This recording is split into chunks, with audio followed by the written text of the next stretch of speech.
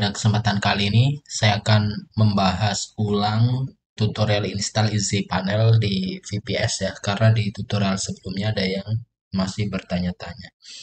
Jadi di tutorial sebelumnya tuh saya installnya tuh di VPS. VPS itu bisa kita beli atau sewa tuh di beberapa provider, baik lokal ataupun di internasional ya. Misalkan saya bisa di tutorial ini pakai Digital Ocean. Ini tinggal login aja. Kalau belum punya akun, misalkan mau pakai Digital Ocean, perlu sign up dulu. Nanti ada proses verifikasi data, termasuk verifikasi kartu pembayaran yang digunakan. Kartu pembayarannya itu bisa kredit card, bisa juga menggunakan debit yang udah support digunakan untuk transaksi internasional, misalkan debit Visa atau Mastercard, dan tentu saja perlu ada saldonya ya. Atau bisa juga dengan PayPal. Kalau misalkan di provider lokal juga banyak, cari aja di misalkan Google beli VPS begitu ya. Beli VPS. Ini udah ada banyak banget kan VPS. Ini di tutorial ini saya menggunakan Digital Ocean. Kita login aja.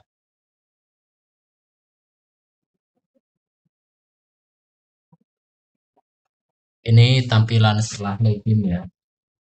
Kemudian create droplet.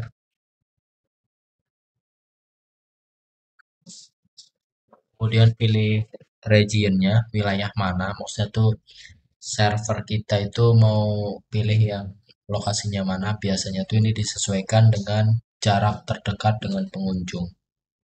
Misalkan saya pilih yang Singapura.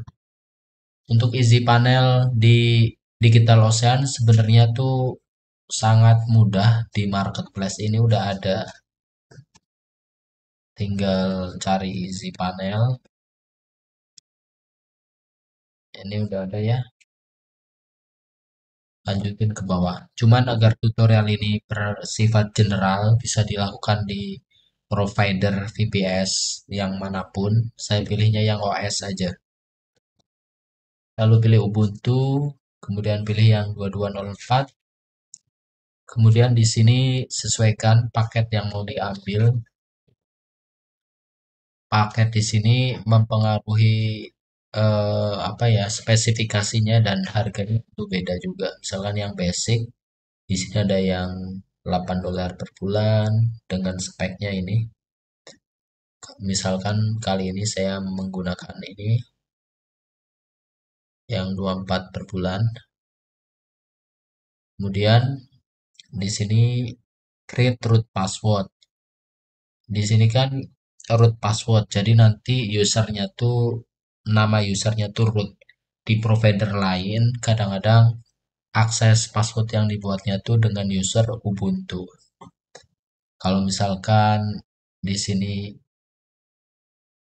Ubuntu, kalau di Digital Ocean langsung bisa login sebagai root user, root password kan di sini.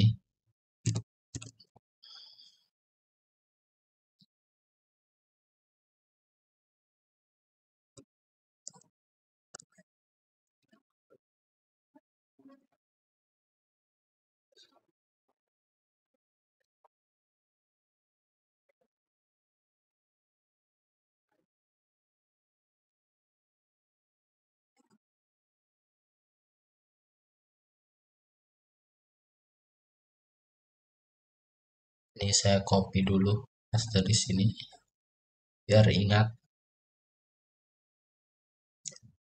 Lalu di sini dinamain bebas nih namanya.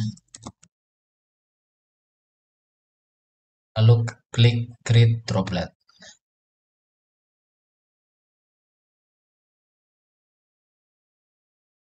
Ini lagi proses dibuat.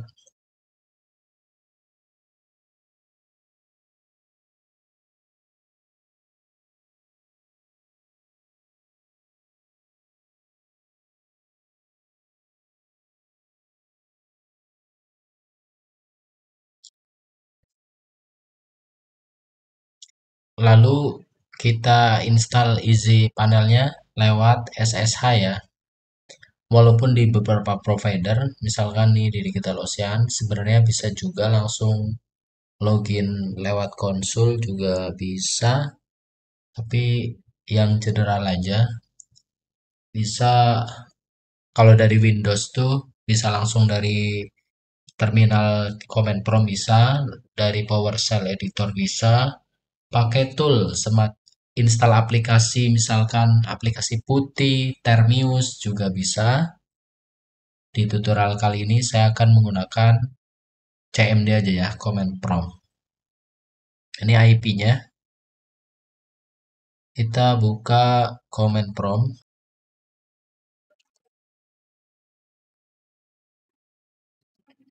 CMD.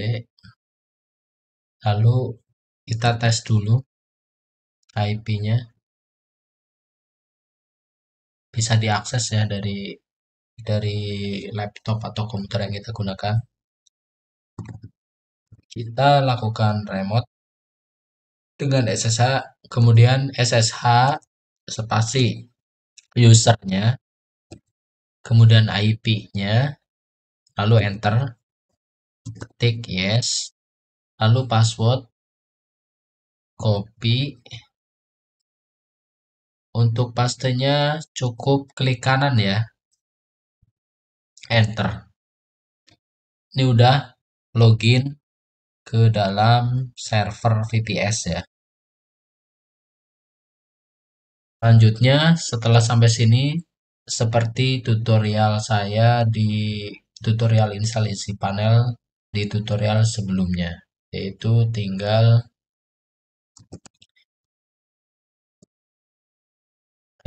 tarik isi panel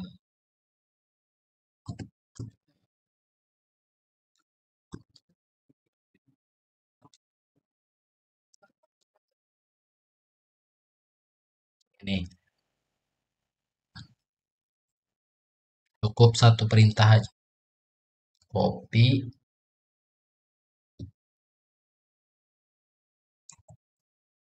paste, enter. Ini lagi proses install.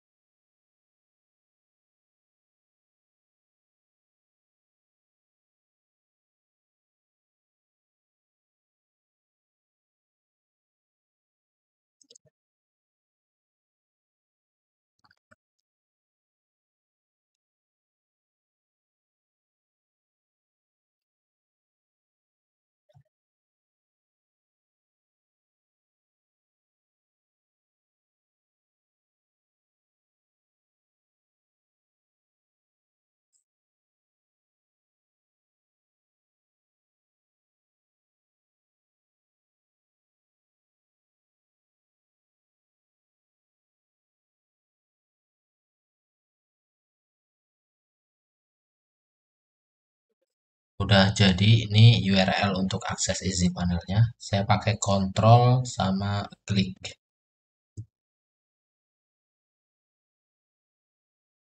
Ini karena baru, biasanya begini, kita reload aja. Udah ya, tinggal isi aja. Misalkan passwordnya saya samain aja dengan ini.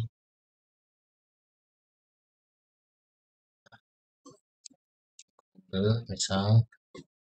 Lalu ini boleh di checklist atau enggak. Setup. Sudah selesai ya. Install isi panelnya begini aja, cukup mudah. Kita balik ke dashboardnya Digital Ocean. Di sini nyala artinya tuh on.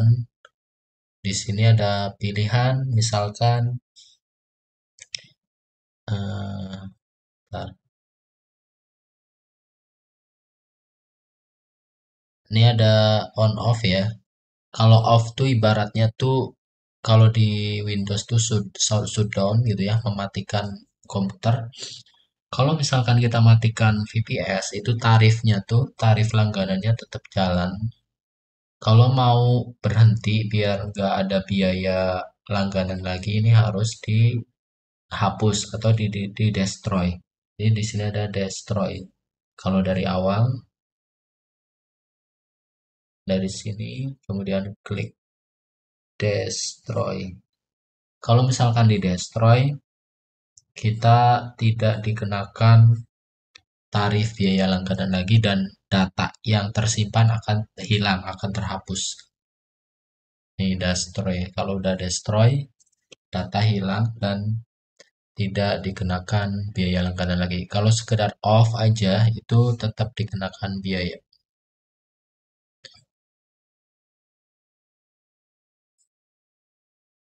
Tadi ini. Oke.